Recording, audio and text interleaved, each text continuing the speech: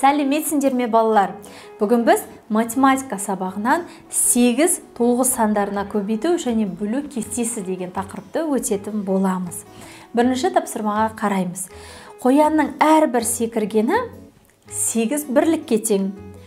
3, 6, 8 рет секіргенде неше бірлік болады дейді. Яғни 3, 6, 8. Ал енді бір рет секіргеннен бастайық. Сонда 8 деген саннан.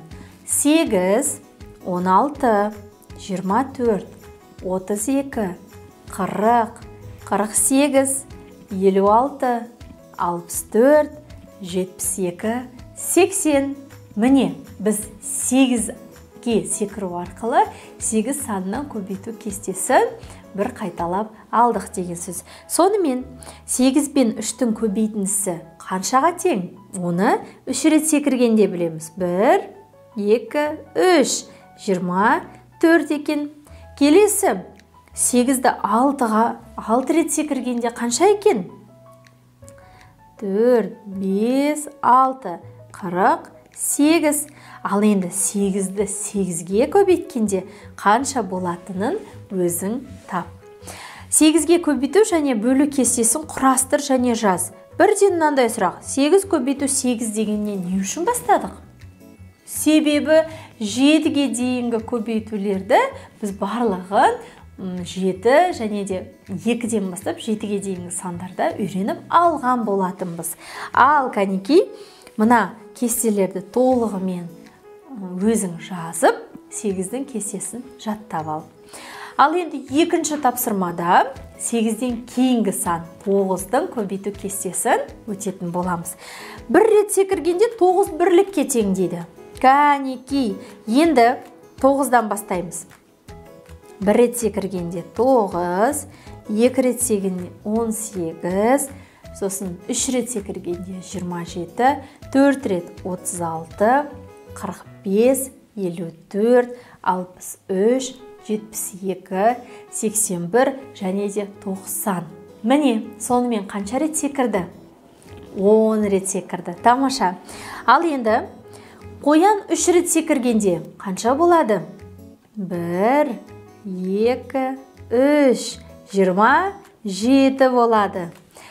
Қоян 6 рет секіргенде қанша болады? 9, 6 не болады? 54. Тамаша. Ал енді 9-ды 8-ге көбейткенде қанша болатынын өзің тап.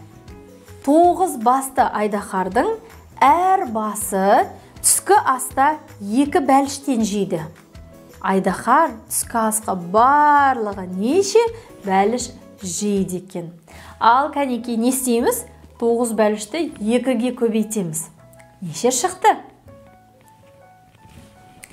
Ал енді балалар, біз күнделікті жалпы масса, бір заттың массасы және де саны деген тақырыпты өтіп жатырмыз. Және алдыңғы сабақтарда олардың формуласын өткен болатынбыз. Кәнекей, қайталап жібереміз. Жалпы массасын табу үшін біз массаны санына көбейтеміз. Ал енді массасын табу үшін жалпы массаны санына бөлеміз. Ал енді санын табу үшін жалпы массаны бір заттың массасына бөлеміз. Қайталап алдық па? Жарайсыңдар. Келесі, 4-ші тапсырма. Есептер құрастырып және оларды шығар дейді. Кәнекей, бірінші, бір қораптың массасы 4 килограмм екен. Және де осындай қораптан 8 дана келініпті. Сонда барлығы қанша килограмм дейді. Не істейміз? Әрине, көбейтеміз. 4-ті 8-ге көбейтсек, 32 килограмм. Тура осылай екінші және де үшінші өрнектерде есеп құрастырып, оны шығар. 5-ші тапсырма. 8 тобатайға 64 литр су құйылды. 32 литр сүтті құю үшін осындай қанша тобатай қажет? Ал енді бұл жерде саған түсініксіз, бір сөз бар, иә? Тобатай деген. Ол балалар сүт құюға арналған ыдысты айтады.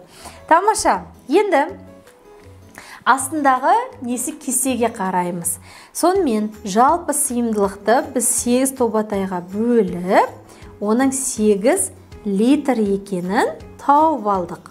Енді мына жалпы 32-ні 8-ге бөлу арқылы біз оның санын табуымызға болады. Кәнеки, формуланы есіңе түсіріп, тездетіп жаза қой.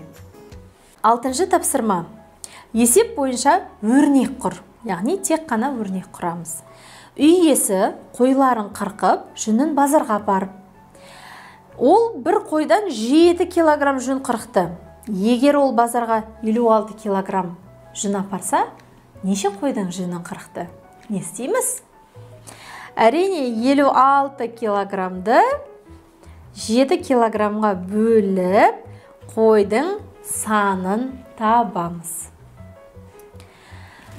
7-ші тапсырма. Есепте сандар класы арасындағы бос орын қалдыр дейді.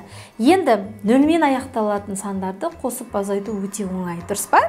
Ол үшін 65 және 85-ті қосып, осыдан кейін 48-ді азайта сал. Және де ең соңынан 3 0-ді тіркей салсаң болғаны. 8-ші тапсырма. Егер оқушы өрнектердің мәнін амалдар реті бойынша есептеген болса, ол қандай өрнек болуы мүмкін дейді. Кәнеки, біріншісіне көмектесем. Бірінші амал азайту екен. Яғни, азайту болған кезде ол жақшаның ішінде болады. 36 азайту 27.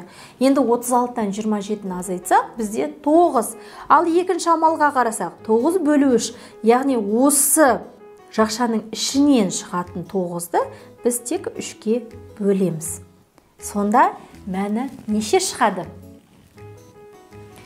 Осымен бүгінгі сабақ аяқталды. Келесі сабақта кездескенше.